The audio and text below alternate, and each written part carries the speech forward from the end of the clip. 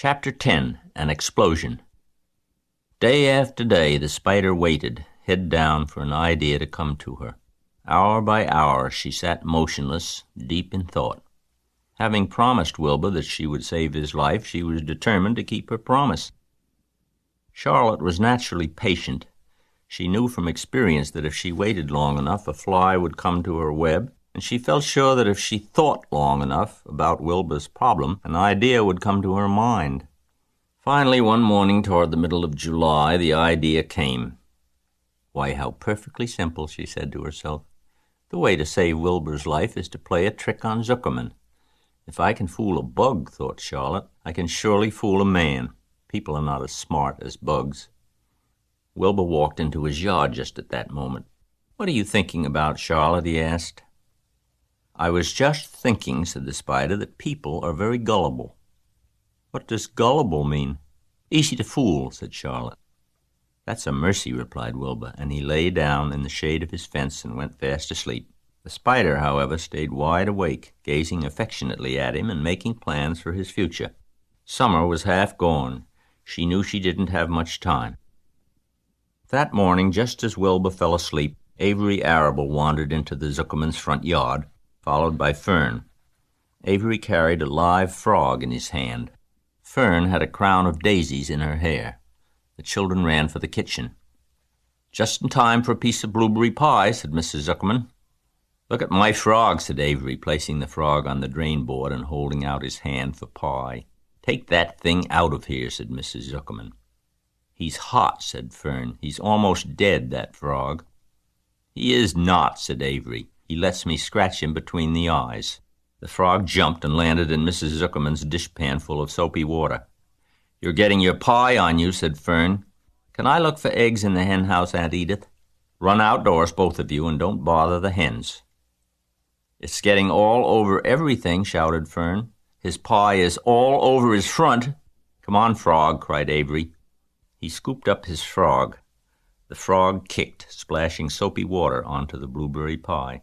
"Another crisis," groaned Fern. "Let's swing in the swing," said Avery. The children ran to the barn. Mr. Zuckerman had the best swing in the county. It was a single long piece of heavy rope tied to the beam over the north doorway. At the bottom end of the rope was a fat knot to sit on. It was arranged so that you could swing without being pushed. You climbed a ladder to the hayloft. Then, holding the rope, you stood at the edge and looked down and were scared and dizzy. Then you straddled the knot so that it acted as a seat. Then you got up all your nerve, took a deep breath, and jumped.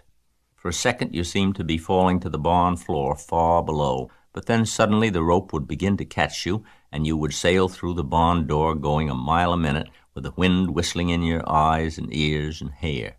Then you would zoom upward into the sky and look up at the clouds, and the rope would twist, and you would twist and turn with the rope.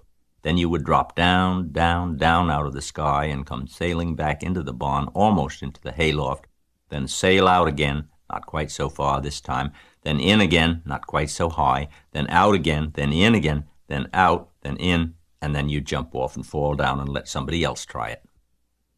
Mothers for miles around worried about Zuckerman's swing. They feared some child would fall off, but no child ever did.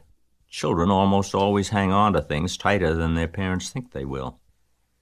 Avery put the frog in his pocket and climbed to the hayloft.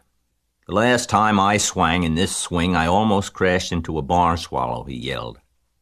"Take that frog out," ordered Fern. Avery straddled the rope and jumped. He sailed out through the door, frog and all, and into the sky, frog and all. Then he sailed back into the barn.